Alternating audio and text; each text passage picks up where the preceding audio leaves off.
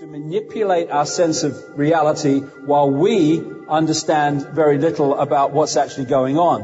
Our thoughts are not necessarily our thoughts, but implanted thoughts. So seeing is believing. But actually the truth is, believing is seeing. And that's a massive truth that moves us forward. What is reality? Reality is an illusion. The only place this world exists is in our heads, and even our head, if you go on to another level, is an illusion. We are consciousness. We are infinite consciousness. This quote from Goebbels about vitally important to repress dissent because the truth is the mortal enemy of the lie. Now we're entering the area of the biggest lie and the most important lie in terms of the few controlling the many indefinitely. And when we realize the nature of the lie, we can then take control of our lives back, collectively and individually. We are not this body. I'll get more into that as we go along. We are consciousness. We are consciousness that is connected to an ocean of consciousness we call infinity. We can perceive life as a droplet in an ocean. Oh, I'm just little me. Oh, what power have I got? You know, I was born in Leicester. I was, and I went to school, and now I've got a job, and I'm a droplet. But you can perceive that, and you will create a reality that reflects the way you see reality. The perceived reality becomes the experienced reality. But if you perceive yourself not as a droplet, but what happens when you put a droplet in the ocean, there is no point where the droplet ends and the ocean starts. The droplet is the ocean is the droplet. We're all one infinite consciousness. Now, when we perceive life from that point of view, the last thing we think of is we are powerless. Is that we have to look outside of ourselves to be told what to think. And so the whole conspiracy at its really profound foundation level is to hold us in a bubble in which we are operating on a fraction of who we are, and they use the physical body, again I'll come into this in more detail, to be the block on us being multidimensional infinite consciousness that cannot be manipulated. We are energy, awareness. People call it consciousness. My favorite word is awareness. We're awareness. And, you know, these can be photographed. We call them auras, but that's just one level of our infinite energy field. And we are not the body. The consciousness works through the body, which is nothing more than a biological computer, fantastic as it is. And when we leave the physical body, and even every form of life, that's a fingertip. This is a plant, energy, life force. Everything has the life force. And when that's withdrawn, or withdraws, then the physical side of it, which is a biological computer, disappears. What the Illuminati want to do and have structured society to do is to make us identify who we are with the computer. I'm David Icke, I was born in Leicester in 1952. No, that's the experience I'm having. I am infinite consciousness. There are very different perceptions of reality. This thinks it's small and insignificant. This knows that it's everything, like we all are.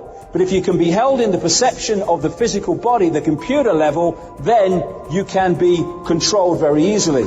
I had an experience over the last week. My mother died. She was in her 80s. And I went up for the funeral, and I was asked if I wanted to go and see my mother in the coffin. Now, I would have said no, I want to remember her as she is, but something said to me, go. So I went.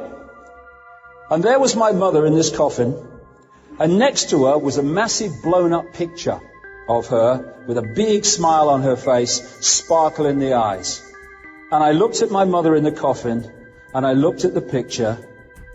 That had no life. That was full of life. That was my mother. That was the computer with my mother gone. And the difference between the two was so profoundly obvious. Because when we take a photograph of someone, the photograph also picks up these unseen levels of consciousness. The sparkle in the eye, the warmth, the vibration coming off you. It picks that up. And that life that was in that picture, what was in my mother for 80-odd years, was that part of her that withdrew. And I'm glad it did, because that computer was causing her endless pain and misery. That withdrew and is now back in the land of forever, the land of consciousness beyond human sight, for reasons I'll come to. And this is how we have been misled on purpose, so that we perceive who we are and who others are with a physical form, when that's not what they are at all. Do we perceive people on the moon in spacesuits as being spacesuits? No, we perceive them as what is in the spacesuit. That is the difference between the two. And my mother is still alive, because she cannot be anything but alive, because she is infinite consciousness that cannot be destroyed. Now, this is a symbolic picture. There are now endless accounts all over the world of people who've had what we call out-of-body experiences, where they leave the body when the body physically dies, and they're looking down on their body, and when they're revived, they can tell the doctors and the nurses what they were doing and saying when they were apparently dead. They also talk about going through a tunnel and seeing people who've gone before. Now, what is another common theme of near-death experiences is people say when they've left the body and they are perceiving this world from another perspective, they have massively expanded consciousness. So much so that they can perceive their entire physical lifetime in almost one thought. We're perceiving it in a series of thoughts going through what we call time. They're just perceiving it all in one thought, something that they couldn't even conceive doing when they were in the physical body. And what this physical body does is it limits the vision and perspective of consciousness. And we start to identify who we are with this physical world and with this physical body. Now, if you control the information that this level of us is implanted with from cradle to grave, then if consciousness starts to identify with the physical body as who it is, and disconnects its perception of being interdimensional and infinite, then it's going to get its information to get a fix on who it is and what's happening in the world through this information. It's not going to get it from out here through intuition, through knowing. It's going to get it from here. So if they can control that, they are literally programming a computer to see the world in the way that they want us to see it.